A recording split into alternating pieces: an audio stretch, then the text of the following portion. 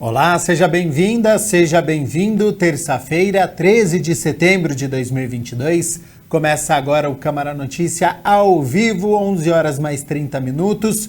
Muito obrigado pela sua companhia, pela sua audiência. E eu quero a sua participação, hein? Envie a sua mensagem para o número do nosso WhatsApp, que já está aqui embaixo da sua tela. 19 é o nosso DDD, 978293776. Ou você tem a opção de enviar uma mensagem através do nosso QR Code. Está com o seu celular aí perto? Pegue o celular, abre a câmera como se fosse tirar uma foto e você aponta aqui, ó, para este QR Code, porque aí já vai aparecer na tela do seu celular a mensagem, o WhatsApp da TV Câmara Campinas. Você aperta e manda o seu elogio, uma crítica construtiva, o que você quer assistir aqui no nosso telejornal, que a gente conversa ao vivo. Confira a partir de agora os destaques de hoje. Na 26ª reunião ordinária, vereadores aprovam um projeto de lei do vereador Fernando Mendes, que reconhece a música country como manifestação cultural popular. Vereador Paulo Haddad aborda o mês Setembro Amarelo, dedicado à prevenção ao suicídio. O quadro Giro Ambiental apresenta o tema Quarentena de Plantas, diretamente do Instituto Agronômico de Campinas. E o quadro É o Bicho fala hoje sobre exames, coletas, os procedimentos em um laboratório PET.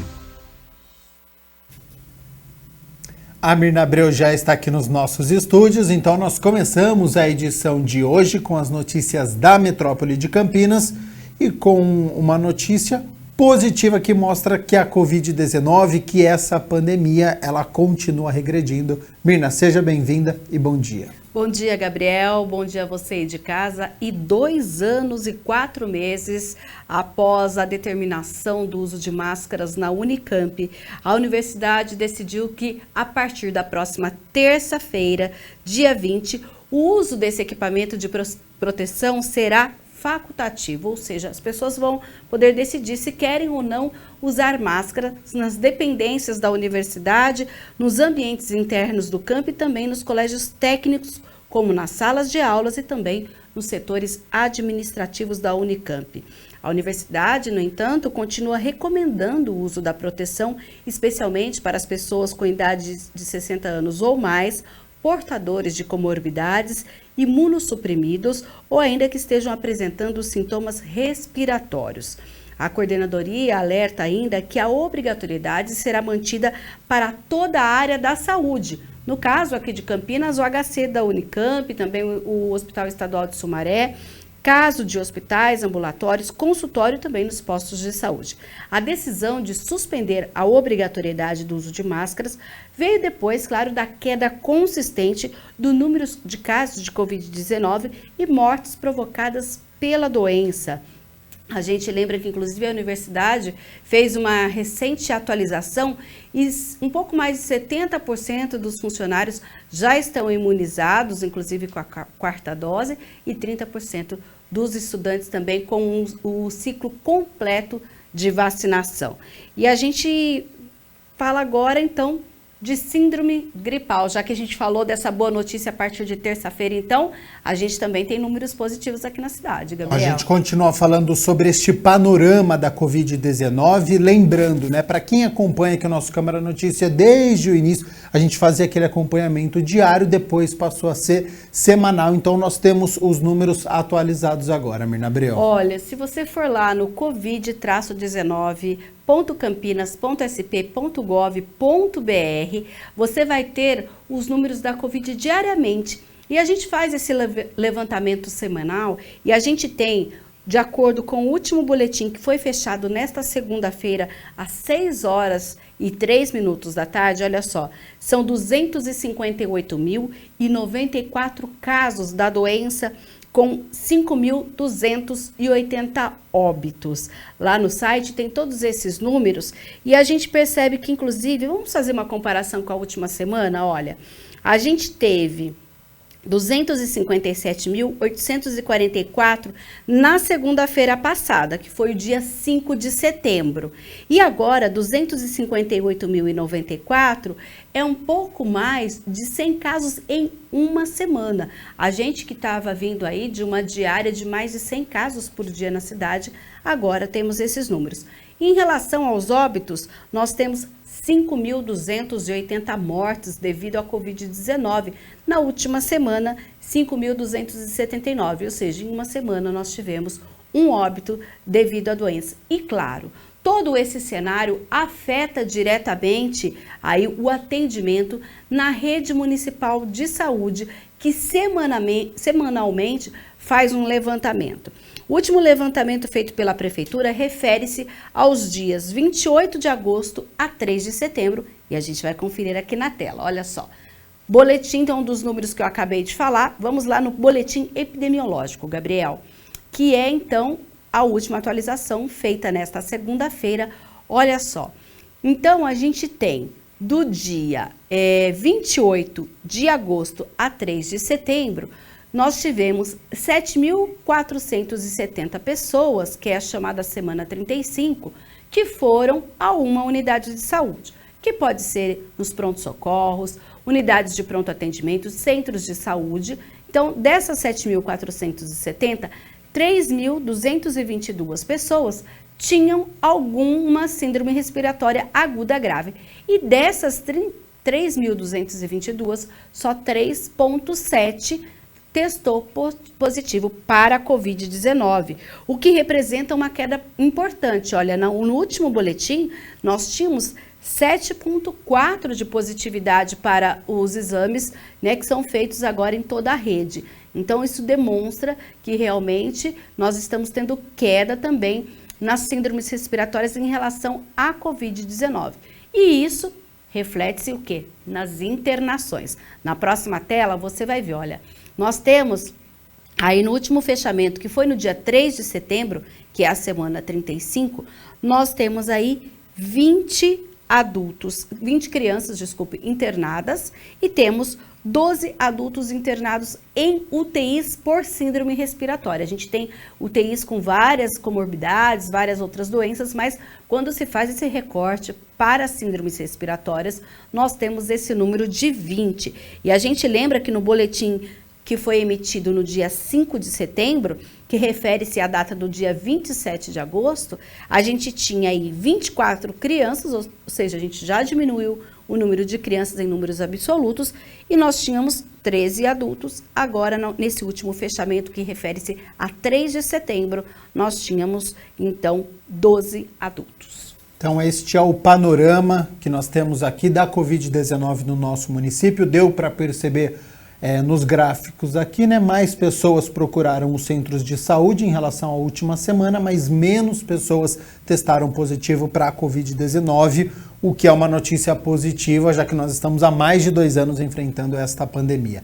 Mirna Abreu, vamos continuar falando sobre saúde, só que agora sobre a Monkeypox, que é um outro vírus que também preocupa, porque a cidade de Campinas, a gente está fazendo também este panorama, mais pessoas testaram positivo. A Prefeitura tem emitido boletins em relação ao Monkeypox toda segunda e quinta-feira. E olha só, mais 6 casos confirmados na cidade. Assim, Campinas passa a contar com 72 confirmações da doença, sendo 28 importadas e 44 autóctones, ou seja, contraídas aqui mesmo no município.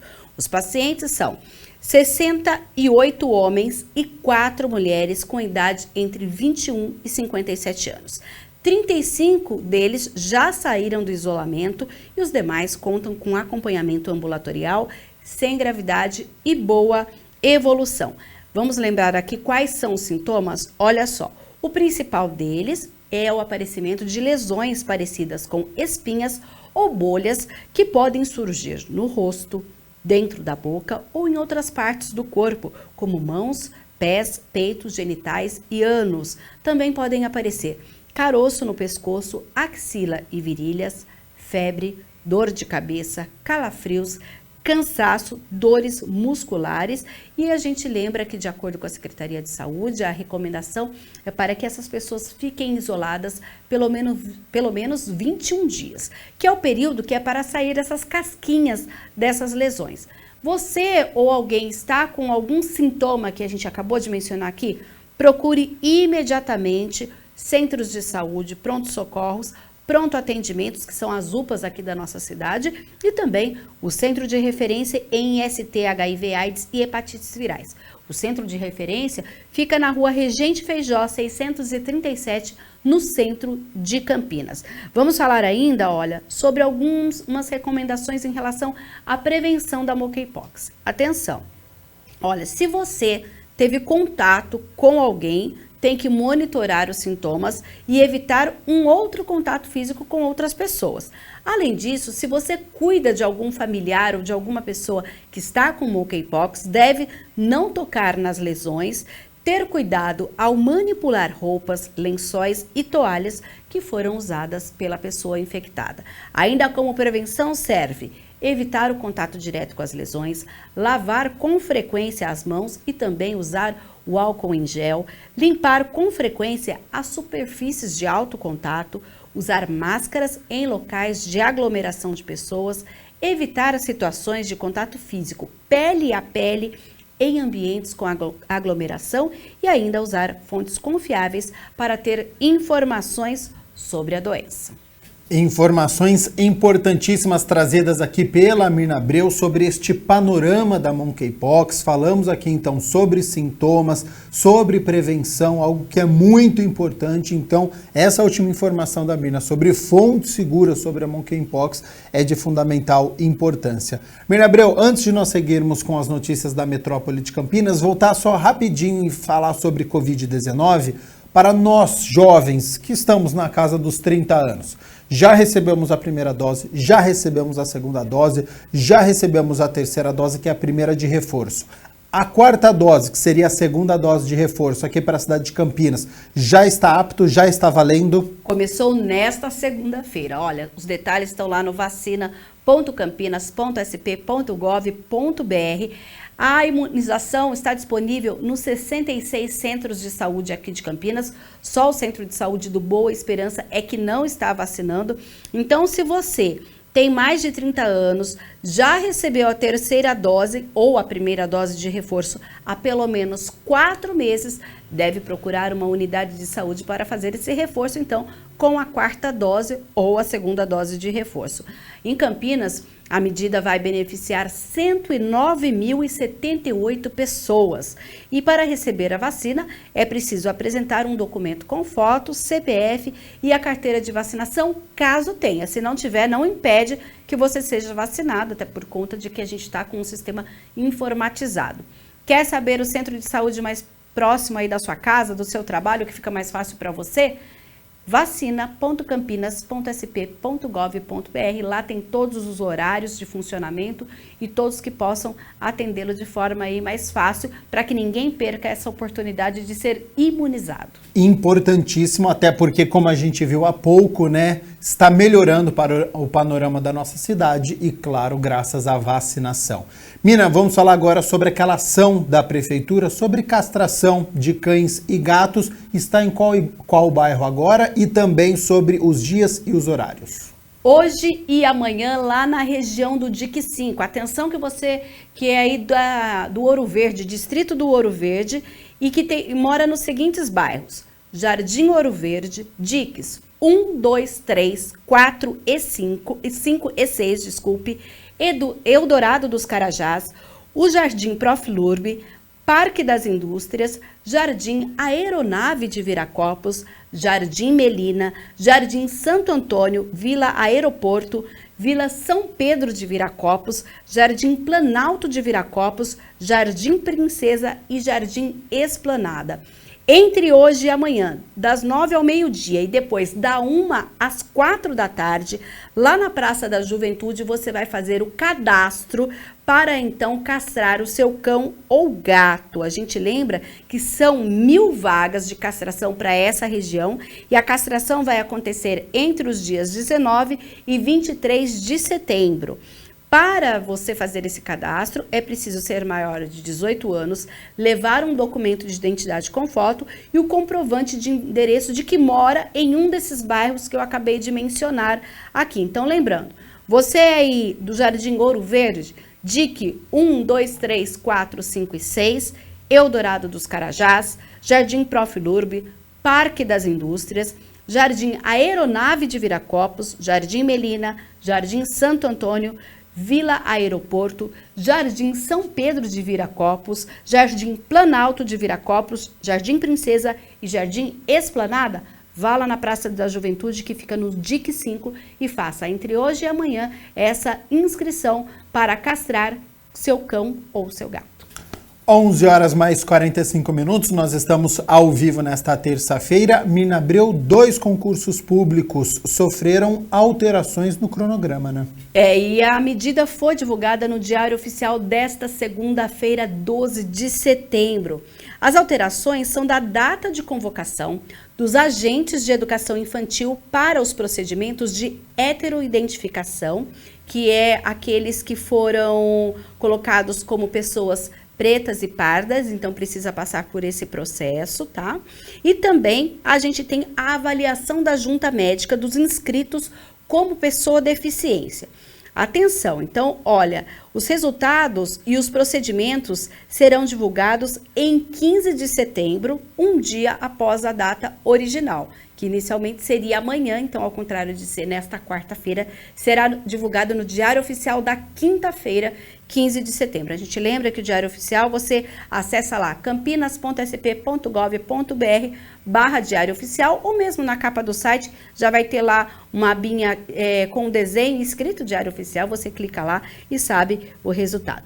Já no caso da convocação dos agentes de educação infantil para 2 avaliações, a publicação vai sair no dia 21 de setembro e os procedimentos vão acontecer entre os dias 29 de setembro e 6 de outubro. Atenção, então, se você prestou esses 2 concursos. E Mirna Abreu, a Prefeitura também convocou os concursados da Guarda Municipal, né? Sim, agora são mais 13 candidatos que foram convocados. São 4 mulheres e 9 homens que tiveram um nome publicado no Diário Oficial, os nomes publicados no Diário Oficial também desta segunda-feira, dia 12. Então, você vai lá no Diário Oficial do dia 12 para saber se o seu nome está lá. Os exames serão realizados lá no Departamento de Promoção à Saúde do Servidor, que fica na rua José Paulino, 1399, no 5º andar, no edifício Arcadas. E a data e o horário é na publicação do Diário Oficial, que tem o nome e a data que esses aprovados deverão comparecer. Então, olha, e a indicação é que esses candidatos compareçam com 30 minutos de antecedência. Hora daquele serviço importante, porque amanhã, quarta-feira, 13 bairros da cidade de Campinas vão ficar sem água. Isso porque a gente tem um serviço de limpeza e desinfecção ali dos reservatórios que ficam na Vila Padre Anchieta. Por isso, atenção, amanhã, entre 8 da manhã às 5 horas da tarde, a Vila Padre Anchieta, São Judas Tadeu, Aparecidinha, o CDHU Campinas Z e o CDHU Recanto Fortuna, Parque Cidade Campinas, Vila Esperança, o Matão, Jardim Mirassol, a Vila Olímpia, São Martim, o Residencial Campo Florido e o TIC Centec também ficarão sem água. Essa medida vai inclusive afetar o Polo de Alta Tecnologia Campinas. Nós temos também o Tecnoparque, será afetado, e também a unidade que atende os educandos vão também ser afetados, que fica ali na Vila São Martim. Então a gente pede, né, que a Sanasa recomenda, e a gente reforça aqui, que essa reserva seja feita hoje, para que amanhã, entre 8 da manhã e 5 horas da tarde, enquanto esse serviço estiver sendo executado, as pessoas não fiquem sem água.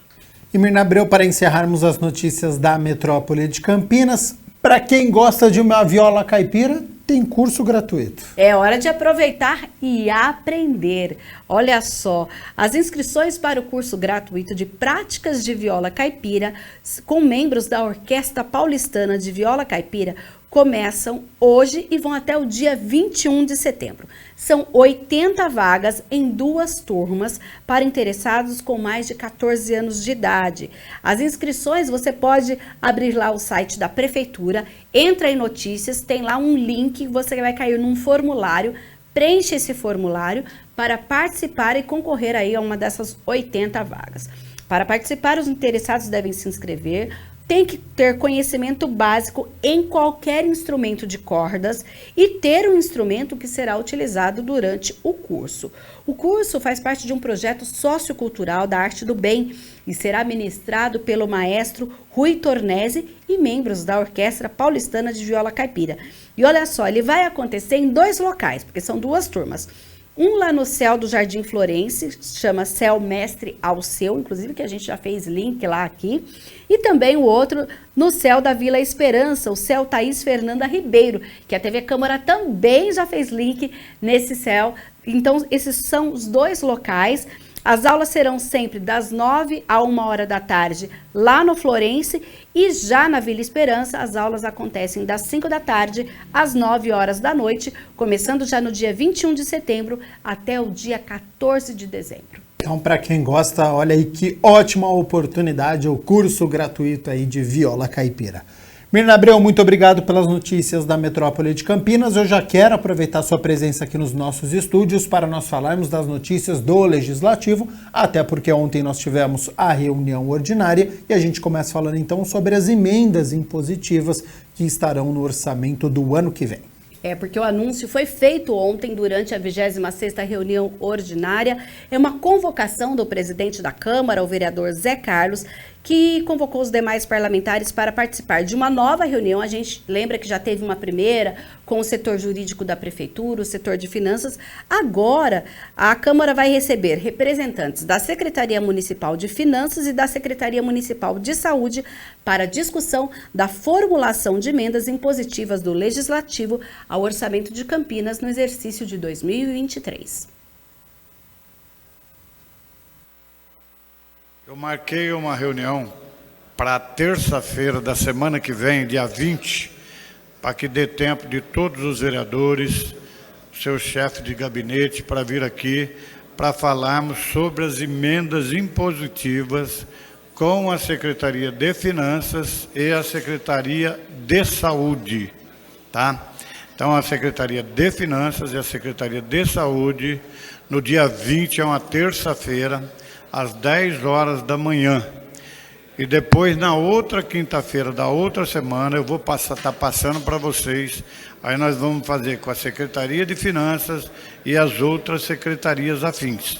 Que aí virão de esporte, de infraestrutura, de assistência social, de serviços públicos, para não ter problema, porque daqui uns dias o orçamento da cidade virá aqui e vocês têm que saber as rúbricas de onde sai, para onde vai, para não termos problema de não perder nenhuma emenda impositiva no meio do caminho. A gente lembra então, reforçando como o presidente disse, o orçamento está para chegar aqui na Câmara. Então, até o dia 30 de setembro, a Prefeitura tem que protocolar o orçamento. E o que são essas emendas impositivas? A gente vai lembrar aqui, olha. As emendas impositivas é uma alteração que a gente teve na lei orgânica do município, que permite que os vereadores destinem 1,2% da receita corrente líquida para essas emendas.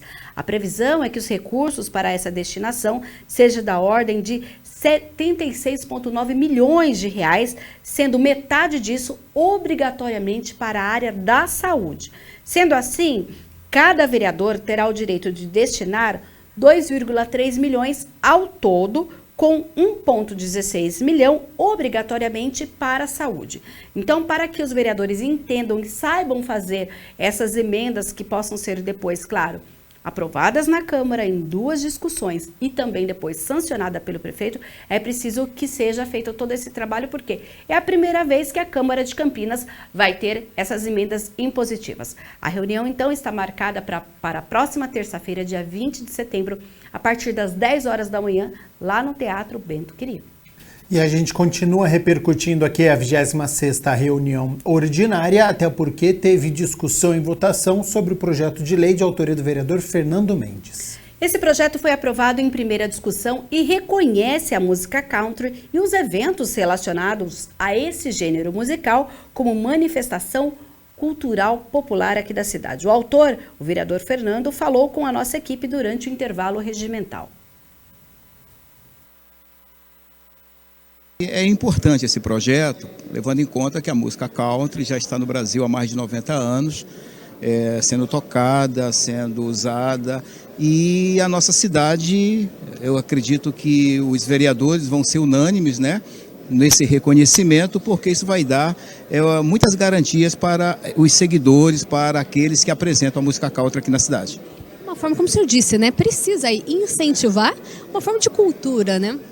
Isso vem assegurar que o segmento da música country venha a ter aí um reconhecimento como uma atividade popular, né? O reconhecimento de música popular, porque já tem muitos reconhecimentos aqui dentro da cidade de outros ritmos. E a música country está presente em grandes festas, mas não tem esse reconhecimento no nosso calendário, não tem esse reconhecimento pela Casa de Leis. Por isso que eu acho que é importante, porque um projeto como esse também, uma vez aprovado, ele inibe todo tipo de preconceito, todo tipo de situações que são contrárias a um tipo de ritmo, um tipo de vestimenta, um tipo de indumentária um pouco desconhecida do normal da cultura brasileira. Então, como a música country, ela se assemelha, você tem as culturas de vestimenta, tem as culturas de comida, tem as culturas de enfeites, e tudo isso está muito bem projetado dentro da nossa cultura brasileira. Porém, não tendo reconhecimento, é natural que existem receios, existem uma série de perguntas que são feitas. Eu acredito que com esse projeto tudo isso será sanado.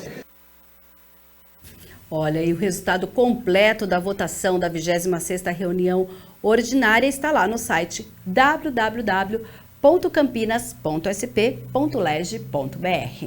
Mirna Abreu, a gente continua nessa 26ª reunião ordinária, falando ainda sobre o trabalho dos parlamentares, agora com uma moção de autoria do vereador Cecílio Santos. A moção foi aprovada também na 26ª reunião ordinária e é um apelo destinado ao Supremo Tribunal Federal.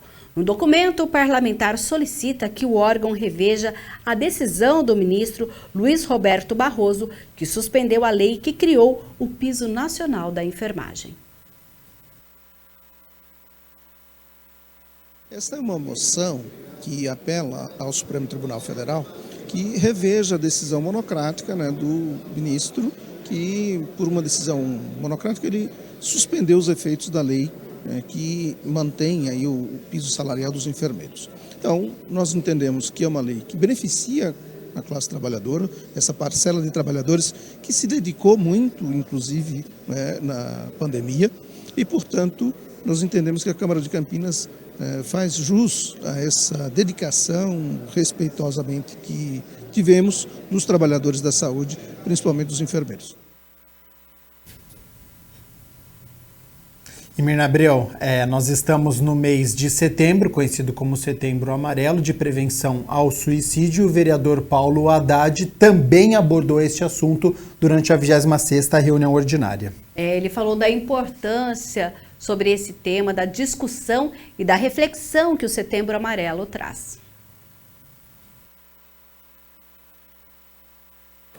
Setembro Amarelo é o mês de prevenção ao suicídio. Suicídio, que é um tema pouco debatido pela sociedade, né? Um tema muito difícil de ser abordado, que nós já tivemos a oportunidade de trazer na Câmara Municipal especialistas para que pudessem debater esse assunto. Porque a realidade ela é muito triste. Nós temos no mundo em torno de 700 mil suicídios por ano. E há uma estimativa de que existe uma subnotificação, que esse número pode chegar a mais de 1 milhão de pessoas que se suicidam todos os anos ao redor do mundo. Nós temos no Brasil uma realidade de 14 mil suicídios por ano, ou seja, 38 suicídios ao dia, uma realidade muito triste. E para cada pessoa que consegue ou que materializa o suicídio, tem 20 outras que tentaram o suicídio e não conseguiram. Então é uma realidade muito triste. Então o dia 10 de setembro agora foi o dia de prevenção do suicídio, que é um problema de saúde pública, um problema que nós temos que trazer a discussão, à luz, né, das nossas discussões enquanto Câmara Municipal também, para que a gente possa ter políticas públicas de combate ao suicídio. Nós temos uma realidade muito dura, né, que entre 15 e 29 anos, ou seja, pessoas muito jovens que acabam cometendo suicídio, esse número é maior do que acidente de trânsito, morte por tuberculose, câncer, enfim. É uma realidade muito triste. As famílias têm, muitas vezes, dificuldade de tratar esse assunto. Então, fica aqui, na minha fala, a informação, né, para a população. E Mirna, ainda na 26ª reunião ordinária, quem também subiu à tribuna foi o vereador Cecílio Santos. Ele falou sobre um alerta em relação ao alto número de acidentes com animais aqui em Campinas. Confira.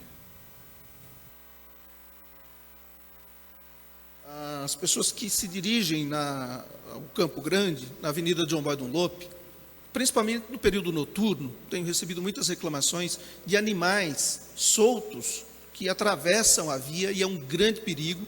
Nós já encaminhamos documento à Secretaria do Verde, mas esses animais continuam soltos, principalmente no período noturno, que é um problema, né, para fiscalização e para que os animais possam ser tirados da via. É um problema muito sério isso. Graças a Deus não tem ocorrido acidentes com frequência, mas é um perigo. Até porque a avenida, em determinados trechos, e longos trechos, ela não tem a iluminação adequada. Fato que nós já também cobramos ao secretário de Infraestrutura, que a obra do BRT ainda não terminou, não é? Então, isto também corrobora para o perigo que é os animais transitando na avenida neste período noturno, principalmente. Então, também faço um apelo àqueles que cuidam dos animais, que os deixem presos no período noturno e não permitam, evitem a possibilidade de eles estarem transitando na via e, portanto, um grande risco de acidente na Avenida João Boy Dunlop, que já tem índices alarmantes de acidentes. Então, é um apelo que faço tanto aos que cuidam dos animais, mas também às autoridades competentes, para que possamos fiscalizar aquela avenida, principalmente nesse período noturno, das 10 em diante, que é o período que a gente tem recebido mais reclamação de animais soltos naquela via. 12:03, nós estamos ao vivo nesta terça-feira. Mirna Abreu, hora de nós falarmos sobre a agenda da Câmara de Campinas, porque hoje à tarde tem evento. Logo mais às 2h nós temos a 41ª audiência pública da Câmara Municipal de Campinas, que será conduzida pela Comissão de Mobilidade Urbana e Planejamento Viário da cidade. O objetivo é justamente, discutir o relatório trimestral de prestação de contas dos valores arrecadados com multas de trânsito e a sua destinação.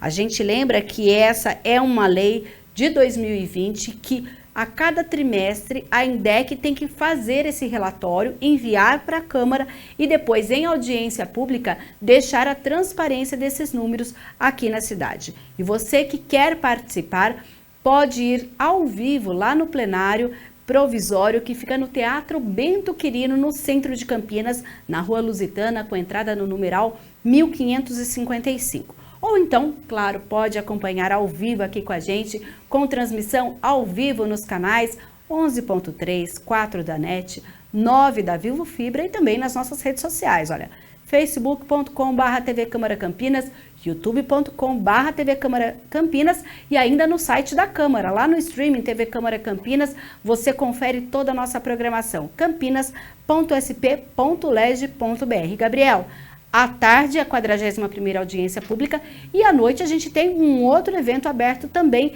lá no teatro. por iniciativa do vereador Marcelo Silva, vai acontecer a partir das 7h30 da noite, homenagem ao Dia do Profissional de Educação Física. Também é possível acompanhar presencialmente, indo até o teatro, ou então aqui com a gente na nossa transmissão. Então, tarde repleta aí de eventos aqui na TV Câmara Campinas que você acompanha ao vivo. Mirna Abreu, muito obrigado pelas notícias da Metrópole de Campinas, pelas notícias do Legislativo. Lembrando que amanhã, quarta-feira, tem reunião ordinária. Amanhã tem a 27ª reunião ordinária. O Gabriel vai dar todos os detalhes. A pauta também logo já está no site campinas.sp.leg.br. E na quinta-feira eu volto contando tudo o que aconteceu nas reuniões da Câmara e também com as notícias da Metrópole.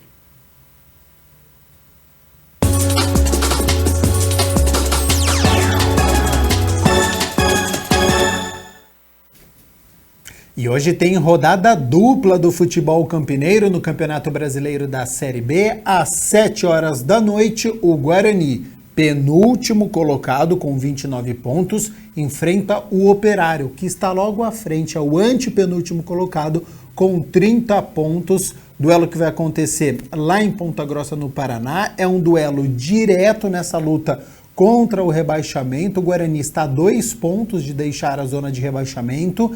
Então é um bugre que precisa da vitória e não pode nem pensar em não pontuar hoje à noite. Lembrando que o técnico Mozart não pode contar com o atacante Júlio César, ele que nem viajou, saiu lesionado no começo do jogo contra o Vila Nova lá em Goiânia, e com isso o Bruno José é o favorito para ficar com a vaga. Bom, e um pouco mais tarde, às 9h30 da noite, é a vez da Ponte Preta entrar em campo, recebe aqui em Campinas, no estádio Moisés Lucarelli, o Ituano. Lembrando também, técnico Hélio dos Anjos não pode contar com o lateral direito Igor Formiga, e com isso o Norberto entra nessa formação titular, e também o Leonaldi retoma a vaga de titular, ele que estava suspenso no último confronto contra o Sport e deve ficar com o lugar do Fraga. Na classificação é o seguinte, a Ponte, 9ª colocada com 39 pontos, sonhando ainda com uma aproximação ao G4, lembrando que o G4 são as 4 primeiras equipes que conseguem este acesso à primeira divisão. Então a Ponte, 9ª colocada com 39 pontos, e o Ituano está em 7º lugar com 40 pontos. Então olha só o confronto de hoje à noite aqui em Campinas, no estádio Moisés Lucarelli, direto em uma vitória, já deixa a Ponte, já afasta qualquer possibilidade de rebaixamento e faz com que a Ponte, no restante da competição, nas outras 8 rodadas, pense apenas na parte de cima da tabela. E claro que amanhã, quarta-feira, aqui no nosso Câmara Notícia, a gente balança as redes e conta tudo para vocês, entre Operário e Guarani e também entre Ponte Preta e Ituano. Olha só, 12h e 7 minutos, quando a gente fica doente, uma das coisas que o médico solicita, isso dependendo dos sintomas, é o exame de sangue. Aí a gente vai até um laboratório, faz a coleta e em pouco tempo o resultado fica pronto e assim o tratamento é definido. E é assim, como os humanos, acontece também no mundo animal. Então no quadro É o Bicho de hoje você vai conferir os procedimentos que são bem parecidos no É o Bicho. Olha só.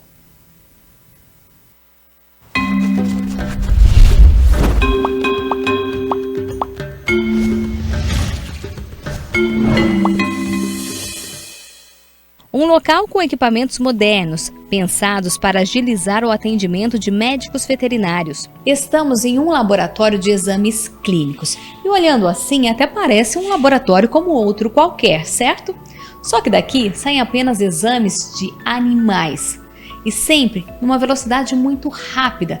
Isso porque o objetivo sempre é oferecer o melhor tratamento aos bichinhos. Mas para entender como tudo isso funciona, vamos ao início.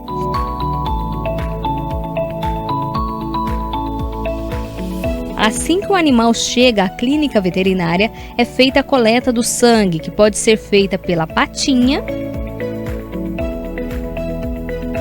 ou pela jugular do bicho, 2 regiões do corpo onde a circulação do sangue é grande.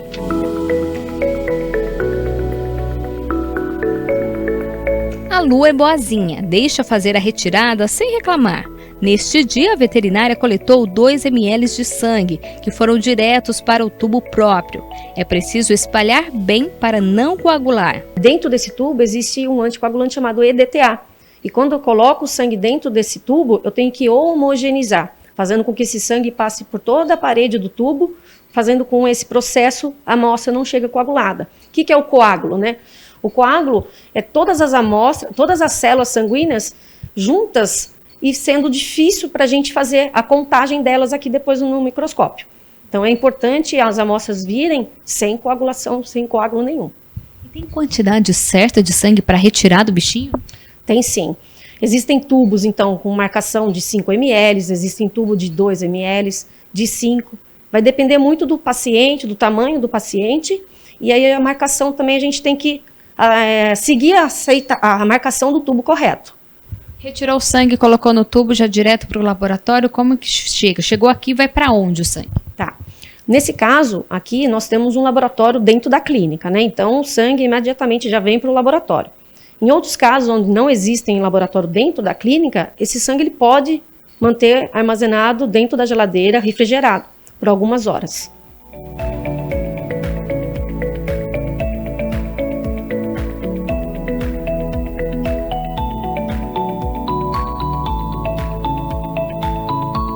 Chegando no laboratório, o sangue coletado vai direto para esta máquina. Ela vai fazer então uma contagem das células vermelhas, das plaquetas, das células de defesa.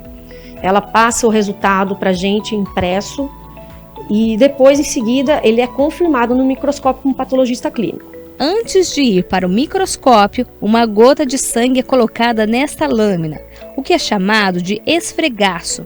Em seguida, vai para o corante. A cor azul fixa o sangue na lâmina e as demais dão cor às células do sangue. O sangue, então, ele é transferido para essa lâmina, uma gotinha, a gente vai fazer o esfregaço. Esse esfregaço, ele nada mais é do que espalha as células para a lâmina, onde a gente vai depois corar e ver no microscópio se realmente os valores que a máquina obteve vai ser conferido para poder passar o laudo com mais confiança e vamos dizer assim, concluir o resultado para o clínico. Pelas lentes do microscópio, conseguimos ver detalhes das células que compõem o sangue. São várias, cada uma com seu tamanho, formato e função. Aqui a gente vai fazer o diferencial das células brancas, que são as células de defesa do nosso sistema imunológico. Cada um tem um nome e cada um tem uma função. Então é importante a gente fazer a contagem deles manualmente e também ver as morfologias das hemácias. Então aqui a gente vai ver algumas inclusões, algumas alterações, como a anemia causa uma alteração nas hemácias, algumas inclusões que a bactéria da doença do carrapato causa. Então, somente um especialista para ver isso, que é o patologista clínico.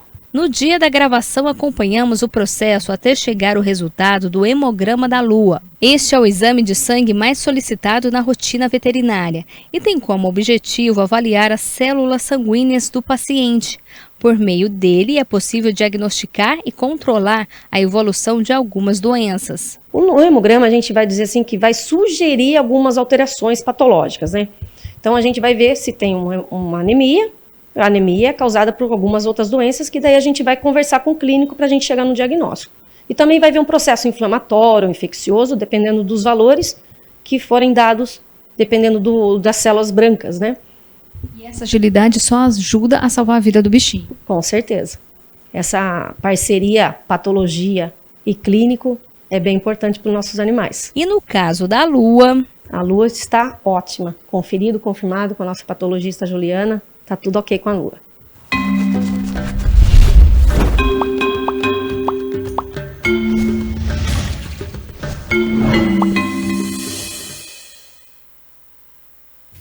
Olha só, quarentena é uma palavra que a gente já conhece muito bem por conta da pandemia, né? Muita gente ficou neste isolamento para proteger as outras pessoas de possíveis infecções. Mas e quarentena de planta? O que é isso? Você já ouviu falar? Bom, quem conta mais pra gente sobre este termo é a Mariana Meira, a partir de agora, no nosso Giro Ambiental.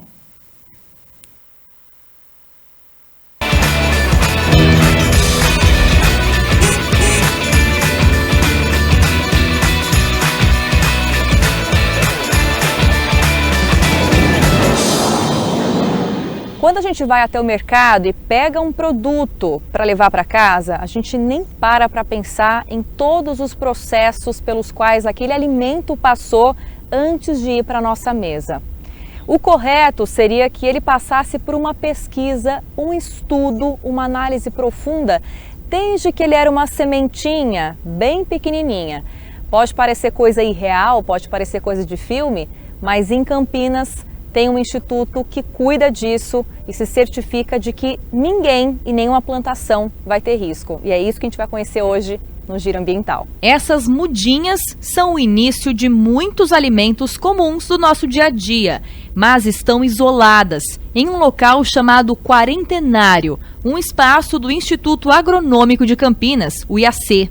E a nossa função aqui é testar todas as sementes que são introduzidas no Brasil para fazer pesquisa científica. Então são sementes que no futuro serão cultivares que a gente vai encontrar no mercado. Por exemplo, cultivares de feijão, cultivares de arroz, de milho, soja. Só que para essas sementes a gente precisa que elas sejam sadias. Então são feitos testes que confirmem essa sanidade. O perigo é a gente introduzir sementes de outros países que venham com doenças. Então a gente tem que descartar essa possibilidade. Todo o processo começa com a triagem das sementes, que chegam seja de empresas, seja de institutos de pesquisa ou ainda de universidades dos mais variados países. Essa primeira etapa acontece nesta sala, chamada abertura de embalagem. As quantidades que chegam aqui variam de 2 gramas a 2 toneladas de sementes. Então, dou um exemplo. Se você diz para mim que vai trazer 10 saquinhos, eu tenho que contar 1, 2, 3, 10 saquinhos. Uma vez que está contado, que está tudo certo, a gente chama o entomologista, que é um especialista em inseto, o nematologista, um especialista em nematóide, em horários diferentes. Eles vão fazer a conferência de todos os saquinhos, abrir todos os saquinhos, ver todas as sementes. E vão preencher um laudo em que diz que se tem ou não praga que eles visualizaram ou que eles encontraram através dos trabalhos que eles desenvolvem dentro do laboratório. O Plantas Daninhas também é um especialista que trabalha com matologia, com plantas daninhas. Esses 3 laudos dando ok, que está ok, as meninas fazem a amostragem e da amostragem elas separam para laboratórios de fitopatologia e de análise molecular e para fazer o plantio aqui na casa de vegetação. Você se lembra, né, que nas fases mais restritivas da pandemia de coronavírus, os viajantes que vinham de fora do Brasil para ficar aqui no país precisavam passar por uma quarentena primeiro, para daí então voltar a socializar. Aqui no Quarentenário do IAC é a mesma coisa, só que essas sementes vêm de fora e ficam aqui na casa de vegetação para serem cultivadas e assim os pesquisadores terem certeza de que essas sementes não vão causar problemas quando forem plantadas no campo. E essa quarentena nem sempre é tão curta e nem sempre também é tão longa. Ela vai de 40 dias até 1 ano. Não tivemos acesso à parte interna da casa de vegetação, justamente para não interferir nesse processo que é muito cuidadoso. É ali também que eventuais pragas que não tinham aparecido no início da amostragem das sementes podem se manifestar. É como se fosse uma amostra do que o contratante do serviço vai esperar na hora de produzir em larga escala no campo. E nós, como especialistas, todos os dias vamos estar aqui na casa de vegetação para ver como essa planta ela está crescendo, se desenvolvendo e se tem alguma anormalidade, seja ela normalidade fisiológica ou mesmo de alguma praga quarentenária. Em paralelo a esse acompanhamento, o laboratório molecular continua fazendo análise de fitopatologia para detectar se foi encontrada alguma bactéria, fungo ou vírus. Caso um patógeno seja encontrado, ele é destruído em aparelhos semelhantes a esse, que parecem uma panela de pressão. Uma vez que todos os especialistas, nematologia, entomologia, plantas daninhas, fungos, bactérias e virologia e o de molecular deram todos os seus laudos e não constataram nenhuma praga, isso é feito um laudo final e tudo isso é encaminhado para o Ministério da Agricultura. O Ministério da Agricultura analisa Além de toda a documentação que acompanha a carga, eles analisam as nossas documentações que nós elaboramos junto com a quarentena e o laudo final. E aí eles dão um laudo de liberação. As primeiras introduções de materiais vegetais no Brasil, por meio do Quarentenário IAC, ocorreram em 1999. Esse número aumentou expressivamente a partir de 2007 e só de 2014 até hoje foram quase 800 quarentenas realizadas e aproximadamente 100 mil acessos liberados, entre convencionais e geneticamente modificados. E nesse período houve mudanças nas normas para testes. Então todos esses laboratórios foram reformados para se adequar a essa instrução normativa. Nós temos os cantos, os pisos, todos para evitar que se tenha alguma contaminação, alguma fuga de inseto ou uma disseminação de esporos de fungo, por exemplo. E tudo isso tem um peso enorme para o meio ambiente, porque patógenos, mínimos que sejam, são capazes de trazer um desequilíbrio imensurável para o ecossistema. A gente evita novas doenças. A gente evita que se tenha uma praga muito agressiva, onde se tenha necessidade de uso muito grande de inseticidas ou fungicidas. Para a saúde humana, assim, nós vamos consumir alimentos sadios. Pode se espalhar, porque o Brasil é um país que tem condições ambientais muito favoráveis para a ocorrência de doenças e multiplicação de insetos. Se você não barrar essa chegada, nós vamos ter problemas sérios.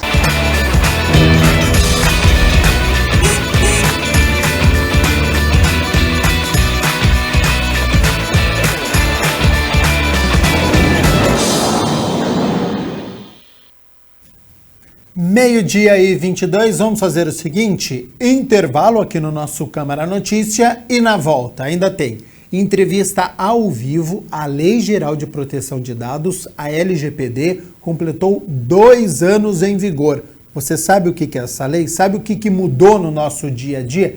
Tem alguma dúvida sobre este assunto? Nós vamos conversar com uma advogada ao vivo. Então participe, mande a sua mensagem. Você que tem algum questionamento, recebeu algum material, alguém te fez uma pergunta sobre o número do seu CPF, ficou em dúvida se você é obrigado a dar os seus dados pessoais, mande pra gente. 19 é o nosso DDD, 978293776 é o número do nosso WhatsApp. A advogada vai responder todos os questionamentos. Tem ainda a previsão do tempo. Frente fria chegou um pouco mais cedo, viu? Já trazendo chuva, vento aqui para a cidade de Campinas. Então fica esse chuva, para, volta. Então já nós vamos falar sobre a previsão do tempo, se vai continuar, se vai ser assim durante essa semana. Continue aqui na TV Câmara Campinas, que o nosso intervalo é rapidinho.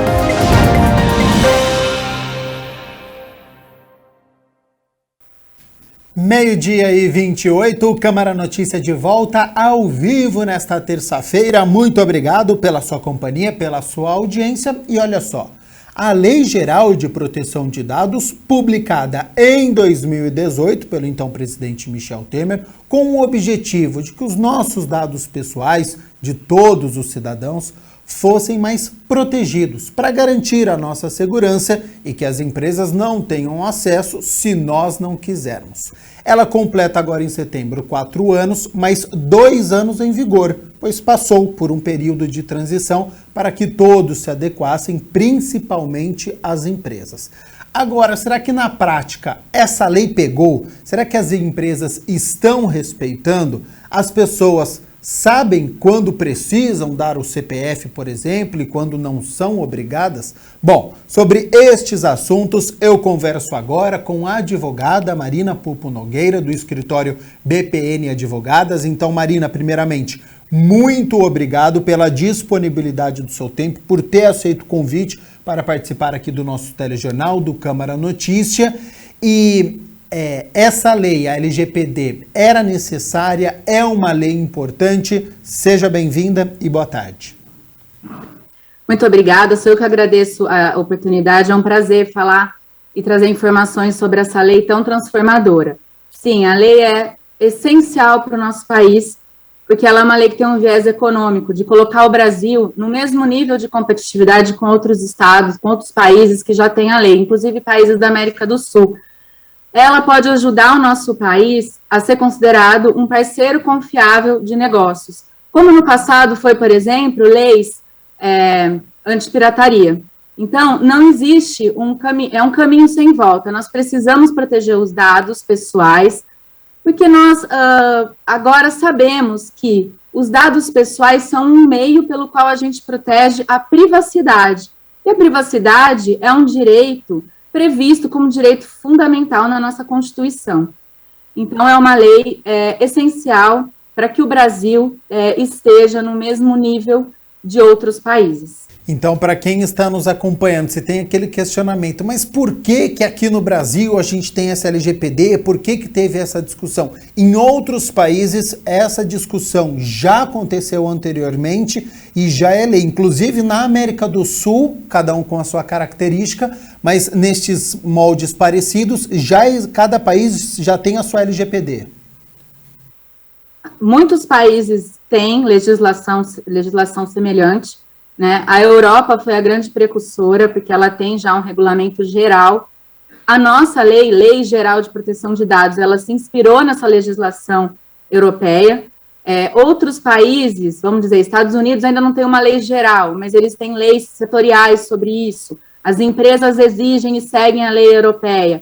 Então, essa lei foi muito interessante, porque primeiro que algumas empresas brasileiras já estavam sendo obrigadas a seguir a legislação europeia, porque se eu estava fazendo um negócio com um parceiro europeu, ele só aceitava assinar um contrato comigo, aqui no Brasil, se eu aceitasse cláusulas da legislação europeia, ou me dispusesse a respeitar uma lei de um outro país. Por isso ela é tão importante. Agora a gente passa a ter a nossa lei, que embora seja inspirada na legislação europeia, é adequada, foi uma lei muito discutida, muito bem feita, técnica, com princípios, que integrou aí vários setores, né, tanto o que estava previsto na Constituição, como outras legislações, como, por exemplo, o Código de Defesa do Consumidor, o Marco Civil da Internet. É uma lei muito adequada à fase da economia que a gente está, que é a economia digital, embora ela não se aplique só para dados que trafeguem no mundo digital, mas também a dados físicos. Então, veja, ela tem uma inspiração na lei europeia e quase todos os países desenvolvidos do mundo ou possuem ou estão fazendo essa lei. E países aqui na América Latina, como a Argentina, como o Chile, já possuíam essa lei antes do Brasil. Olha só, informações importantes, então, em relação à LGPD e sobre o início, né, este começo na Europa, depois para poder fazer acordo entre as empresas, é necessário, então, o nosso país também se adequar. Agora, Marina, para quem ainda não está muito familiarizado, já escutou, ouviu falar de LGPD, às vezes assistiu uma matéria, mas não consegue enxergar na prática. O que mudou de 2020, quando entrou em vigor, para hoje, o antes e o depois da lei? A gente ainda está se adaptando. Em razão da pandemia, a lei ela entrou em vigor em 2020, como estava previsto, mas a parte das multas ela foi adiada para 2021. Agora temos uma lei plenamente em vigor. Então, entendeu-se, né, que de 2018 para cá já deu tempo da gente se adaptar. Mas como é uma lei muito transformadora, e ela tem um componente de mudar o nosso comportamento, a nossa cultura, claro que é algo que será construído aos poucos. E temos várias realidades, empresas totalmente adaptadas, empresas que às vezes me perguntam, mas o que é LGPD que eu tenho ouvido falar tanto, né? Isso é uma coisa que é recorrente eu receber essa pergunta. Ou, essa lei não vai pegar, isso daí é mais uma lei aí do governo, mas não vai pegar. Não é verdade, a lei é teórica, a lei não é teórica, ela influencia no nosso dia a dia, na prática. Por exemplo, quem não conhece alguém que já foi vítima de um golpe pelo WhatsApp, do boleto falso, do depósito falso? Ou quem não conhece alguém que já foi vítima daquelas questões de empréstimo feito sem autorização? Todos nós conhecemos. Isso tem a ver com vazamento de dados. A lei, então, ela serve para que eu, pessoa física, eu tenha consciência, controle, eu retome o controle de que dados a meu respeito estão dentro daquelas empresas, seja na farmácia, seja na loja onde eu compro alguma coisa, seja na clínica médica, e também como colaborador. Se você é um colaborador de uma empresa, aquela empresa ali, aquela indústria, por exemplo, ela tem diversos dados, ela precisa ter, porque você tem uma relação contratual com ela. Será que algumas vezes ela pega dados a mais? Isso vai ter que ser repensado. Sim, eu estou coletando dados aqui desnecessários, eu vou coletar só os que a lei me obriga, que o contrato me obriga, o restante eu não vou. E mesmo esses que eu preciso, em respeito à legislação ou ao contrato, eu vou armazenar corretamente, eu vou saber quem é o responsável por aquele dado. Então, é o gerente de RH? Ele vai ter uma senha, ele vai ter uma chave no armário, né, trancado, se for um dado físico. Então, isso tem mudado. Comportamento simples, Gabriel, como, por exemplo, não deixar a sua senha anotada no post-it e colada no computador. Isso é um comportamento simples e é uma adequação à LGPD. Por quê? Porque isso pode causar um vazamento de dados, uma interferência. Alguém pode entrar ali no seu computador e pegar todos os dados dos seus clientes e vender isso ou usar isso de uma forma indevida. Então, as transformações têm sido assim, as pessoas estão sim ganhando consciência, aos poucos, mas estão, e elas passam a perguntar, por exemplo, na farmácia, mas por que você quer minha digital? Né? Por que você quer isso? É para você me dar desconto mesmo ou é para você compartilhar com alguma outra empresa? Isso começou agora, mas daqui a 20 anos a gente vai estar mais ou menos como a gente está com os códigos de defesa do consumidor. Dificilmente você vê um consumidor que não saiba que existe o Código de Defesa do Consumidor e que não conheça alguns direitos básicos, que não saiba que existe o juizado de pequenas causas, o PROCON, o Reclame Aqui, onde ele pode recorrer se ele tiver algum problema, né? Então, essa lei vai empoderar os titulares de dados, para usar uma palavra aí que está na moda, né, mas é verdade, ela vai nos tornar mais conscientes de como esses dados são ativos, importantes para a economia e também para a nossa proteção pessoal, porque hoje todos nós temos um corpo digital, nós temos o nosso corpo físico, nosso corpo digital, que está aí na internet, né, sendo transmitido, e a gente precisa ter um controle dessas informações. Que muitas vezes fica vulnerável e que não pode acontecer isso na internet, né, que a gente já discutiu aqui no nosso telejornal, que não é uma terra sem lei, então precisa tomar muito cuidado. A Marina deu dica importante sobre compartilhamento de senha, tomar muito cuidado para quem você fornece a sua senha, para onde você anota. Às vezes é um ambiente mesmo que você considere seguro, entre amigos, colegas de trabalho, mas é necessário ter muito cuidado. Marina, já chegou um questionamento. Só um exemplo. Pode falar.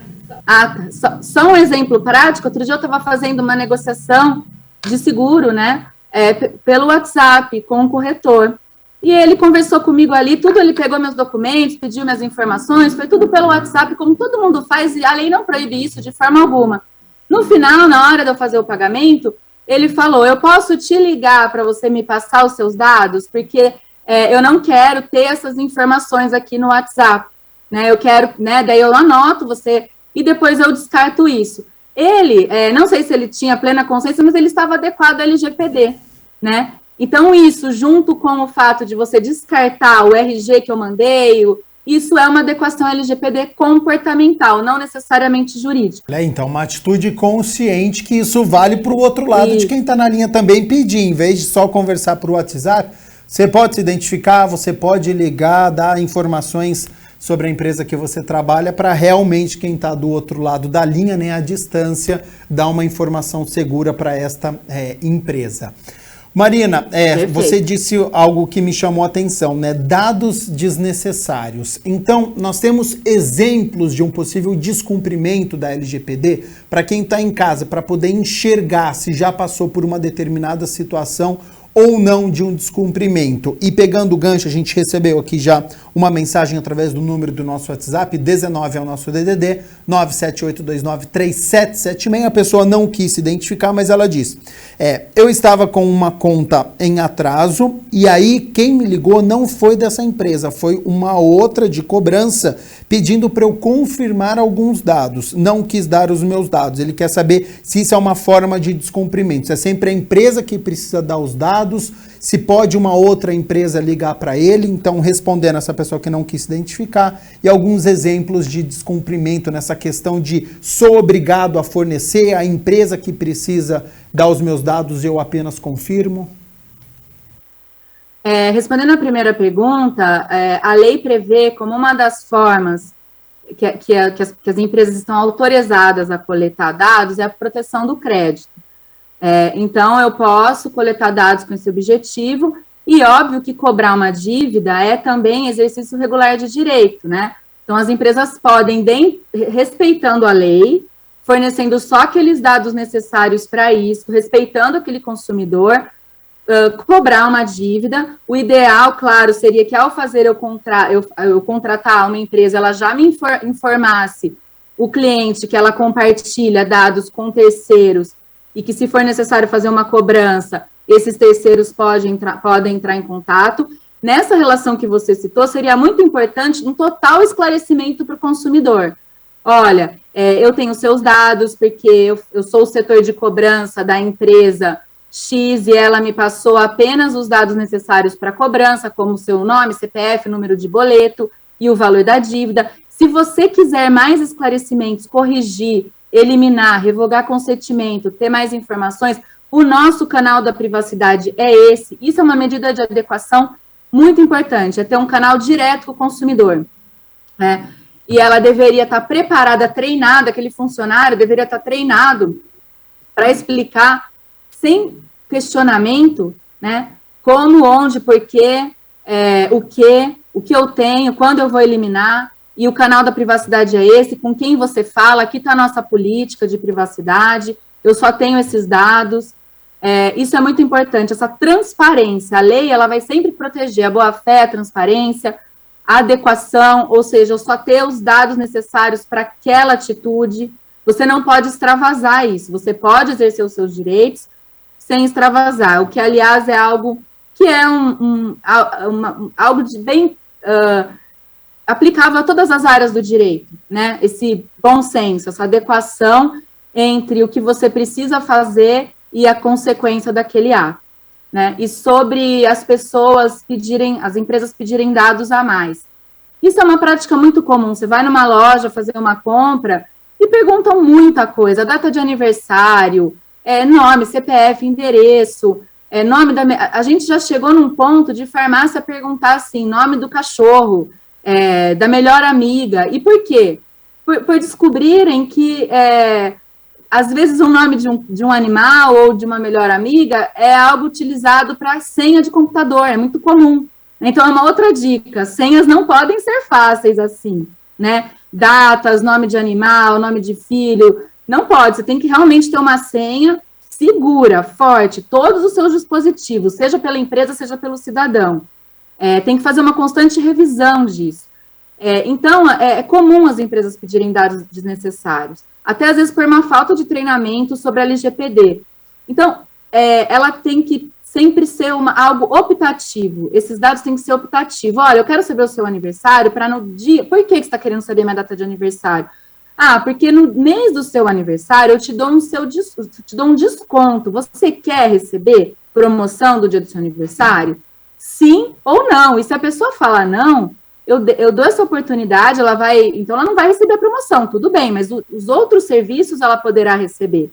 Tem que ser um direito, tem que ser uma opção do consumidor, né? E pelo lado das empresas, é importante se registrar, pegar termos de consentimento. Ou seja, essa pessoa, ela concordou em me dar a data do aniversário para que, no mês do aniversário, eu mande promoção para ela poder fazer compra com desconto. Então, aí, claro, é uma ação de marketing, eu preciso de consentimento, é válido, a lei não proíbe, mas a empresa tem que tomar as cautelas e a pessoa tem que perguntar e pensar se ela realmente quer abrir mão da privacidade dela, de uma parcela da privacidade, em prol do desconto, porque às vezes esse desconto pode estar saindo muito caro. A gente pode estar dando mais informações do que necessário. Ô Marina, e isso pode ser negociado nessa questão do desconto? Então, por exemplo, eu estou em uma determinada loja, ele fala, olha, se você me fornecer todas essas informações, eu consigo um desconto para você. E aí, se o cliente se sentir desconfortável, ele pode citar, por exemplo, a LGPD e falar, olha, aqui você está pedindo muitas informações, de acordo com a LGPD, eu não quero fornecer todas essas informações, porque elas não são necessárias. Isso pode ser conversado, já que a loja está no direito dela. Ela pode pedir um questionário, por exemplo, para o cliente, e fica a cargo do cliente, então, recusar e tentar negociar com que o desconto aconteça, mas que ele não forneça todas as informações? Sim, eu acho que é a melhor forma de acontecer, né, da empresa explicar por que ela está, por exemplo, ela está fazendo uma ação de marketing, para aquela ação de marketing, ela quer a data de aniversário, né, então ele negocia que não quer fornecer isso, ele vai fazer compra, ele talvez o consumidor aceite receber outras promoções, mas essa do aniversário ele não quer, porque ele não quer informar a data de aniversário, ele não quer informar as preferências de compra dele, ele tem esse direito. Então, vamos dizer, o que é importante é ter a livre opção, né? A lei fala que o consentimento ele tem que ser inequívoco, tem que ser expresso e inequívoco, e não pode ser genérico, ele não pode ser para tudo. Eu não estou dando meu consentimento para tudo. Não é um contrato de adesão, não é algo padronizado e que é tudo ou nada. Então, é assim, eu estou fazendo a compra, eu te dou meu CPF, meu endereço, que você precisa emitir a nota fiscal, isso é uma obrigação legal, perfeito, mas os meus outros dados eu não quero dar minha data de aniversário, eu não quero dar meu telefone, né? Ah, mas se você der seu telefone, eu vou te dar aqui um selo de fidelidade, que se você fizer tantas compras, você vai ter um cashback.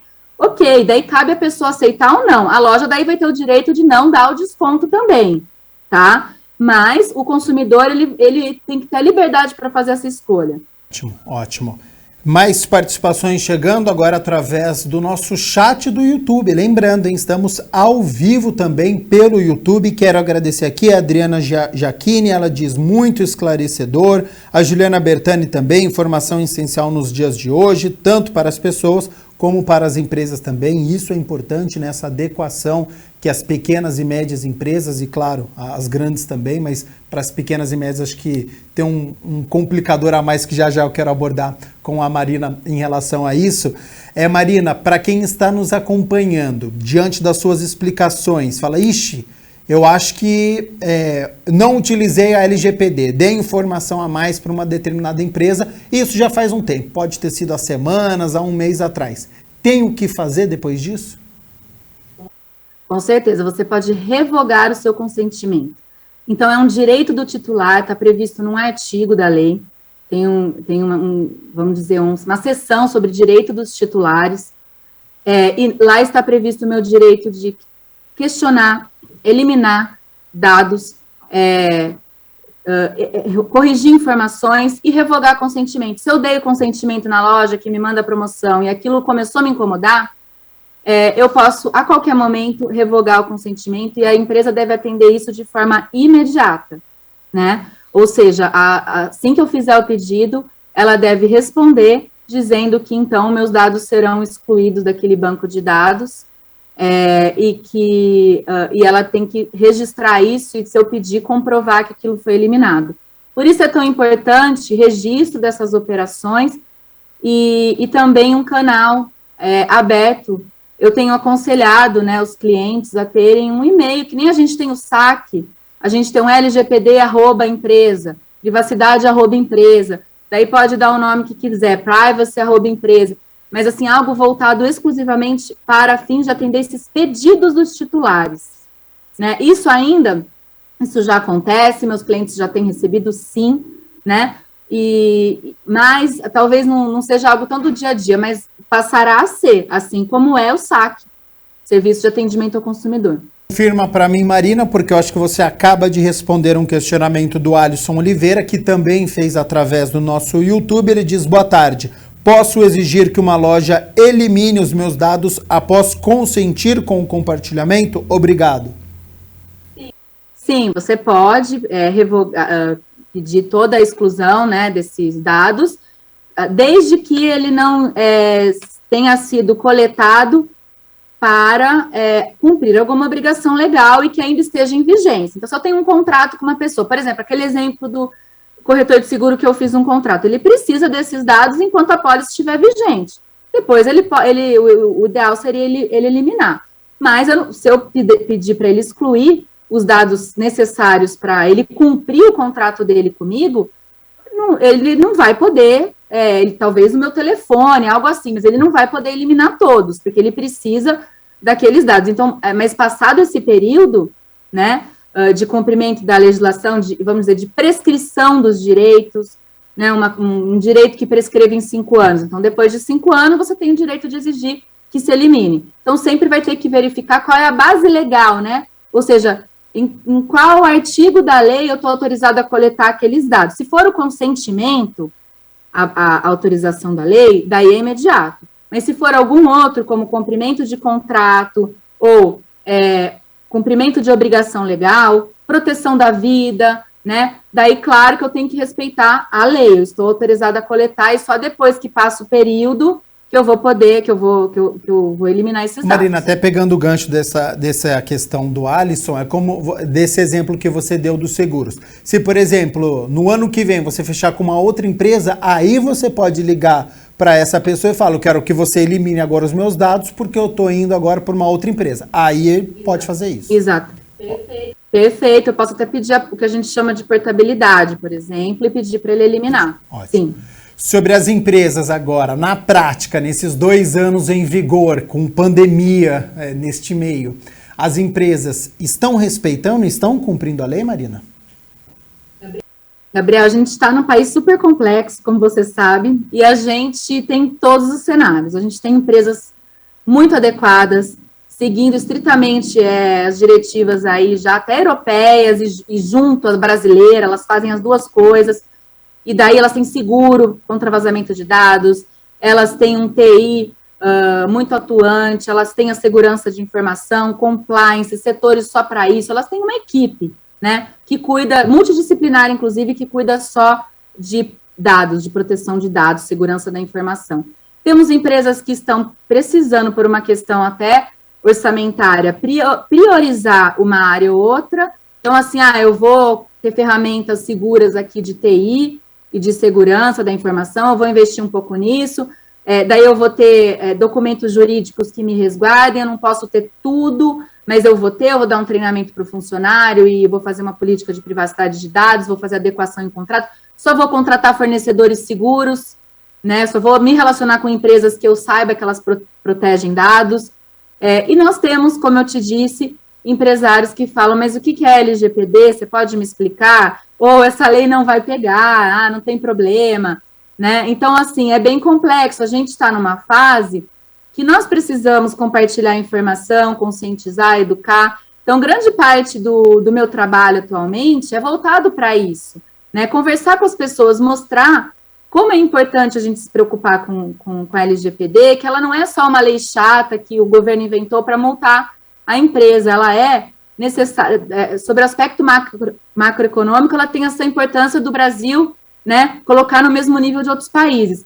E na questão do indivíduo, muitas vezes a gente tem casos super graves, uma foto vazada que viola a privacidade da pessoa, e assim, traz muito problema para a vida dela, né, causa dano moral, algo que um trauma, que ela vai demorar para se recuperar.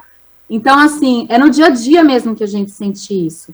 Você pode ter um prejuízo financeiro muito alto. Eu tive processos aqui de pessoas que pagaram boletos falsos, né, e daí depois a gente teve que entrar com ação descobrindo onde que era o vazamento de dados. Foi da operadora de telefonia, foi do WhatsApp, né, quem é o responsável? Foi o próprio cliente que foi vítima, mas que ele concorreu para aquilo. São processos que muitas vezes é difícil a gente provar de onde vem a fraude. Né? Tive clientes que sofreram golpes na OLX, venderam carro e não receberam o dinheiro, né? E daí a gente tem que entrar com um processo para tentar resguardar, reembolsar essa pessoa, que muitas vezes a gente não vai conseguir, porque o estelionatário, o fraudador, ele não tem CPF, ou usa o CPF de terceiros para cometer o crime. Então, por isso que a gente tem que se conscientizar e tentar prevenir, né, na maior parte das vezes, que é mais fácil atitudes preventivas do que depois remediar. E os juízes estão aplicando indenizações, sim, as condenações não são muito altas por enquanto, mas a tendência é isso aumentando conforme a lei for se tornando mais presente. 12h54, lembrando que daqui a pouco, 13h, nós temos o horário eleitoral gratuito. Então, Marina, neste finalzinho da nossa entrevista aqui, não posso deixar de perguntar, principalmente nessa última resposta que você deu pra gente. Então, quem que fiscaliza se as empresas estão cumprindo ou não a lei? Nós temos uma autarquia, né, para isso, que é a Autoridade Nacional de Proteção de Dados, que vai fiscalizar o cumprimento da lei e também aplicar sanções, que podem ser desde uma simples advertência, como sanções muito pesadas, uma multa que vai até 2% do faturamento da empresa, limitado a 50 milhões, é alto demais isso. Essa multa também pode ser diária, ou até sanções que eu considero, dependendo da empresa, pode ser até mais grave que uma multa, que é você ficar impedido de acessar o seu banco de dados por um tempo. E daí você muitas vezes não consegue nem trabalhar, a empresa não consegue nem trabalhar sem acesso àqueles dados, né? Então, essa autoridade vai fazer isso, mas, paralelamente, né, a gente não pode esquecer que o Poder Judiciário, no âmbito judicial, a Autoridade Nacional é no âmbito administrativo, o Judiciário, ele pode aplicar, condenar, né, empresas por danos morais, se ficar provado que aquele vazamento de dado causou dano moral para a pessoa, para o cidadão, e o PROCON também pode aplicar sanções, daí previsto nas legislações do PROCON, por causa disso, tá? A Autoridade Nacional de Proteção de Dados, ela já está se estruturando, esse ano ela se tornou autarquia, antes era ligada à presidência, né? Agora ela tem um orçamento próprio para fazer sua gestão, e ela está no momento de fazer as regras de como irá calcular as multas, considerando a boa-fé, a transparência, o que a empresa colaborou, o quanto ela está adequada. Considerando tudo isso, ela vai aplicar multas mais ou menos graves, e ela está trabalhando nisso agora, e em breve ela vai sim começar a multar pequenas, médias empresas, claro que sempre de forma adequada à realidade de cada uma, pelo menos no primeiro momento. Diante da complexidade, então, do nosso país, acho que está bem encaminhado, então, esta lei que surgiu em 2018, teve período de adaptação, teve uma pandemia no meio, então, alguns obstáculos pela frente, mas acho que cada vez mais as pessoas estão bem informadas. Marina Pupo Nogueira, do escritório BPN Advogadas, muito obrigado novamente por todas as informações, tenho certeza que de grande valia para quem está nos acompanhando. Já faço o convite aqui para você retornar ao nosso Câmara Notícia para esclarecer aqui mais assuntos, e fica aberto aí para suas considerações finais. Eu que agradeço o espaço. A gente está diante de uma lei disruptiva, para usar uma outra palavra que tem a ver também com a economia digital, transformadora, sim para mudar os fatos, os comportamentos. Eu acho que o caminho não será rápido, será um caminho longo, como foi com o CDC. No entanto, é um bom caminho esse que a gente escolheu. Daqui a 20 anos atrás, talvez a gente fosse uma terra sem lei no que tange aos consumidores. Hoje a gente não é mais, a gente tem segurança quanto aos nossos direitos. E o mesmo vai acontecer com a LGPD. Daqui 20 anos, nós seremos considerados um país seguro para essa e outras coisas, e isso vai alavancar a nossa economia e melhorar aí tudo que a gente, ajudar a melhorar tudo que a gente precisa melhorar no nosso país.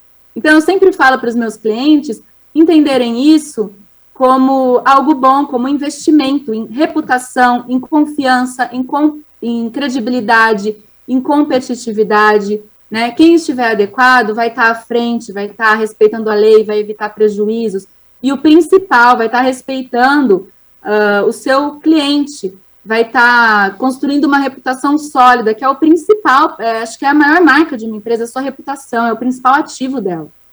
né? Então a gente tem que olhar com esse foco a LGPD. É isso, é o olhar atento. Então agradeço mais uma vez a participação da Marina Pupo Nogueira ao vivo aqui no nosso Câmara Notícia.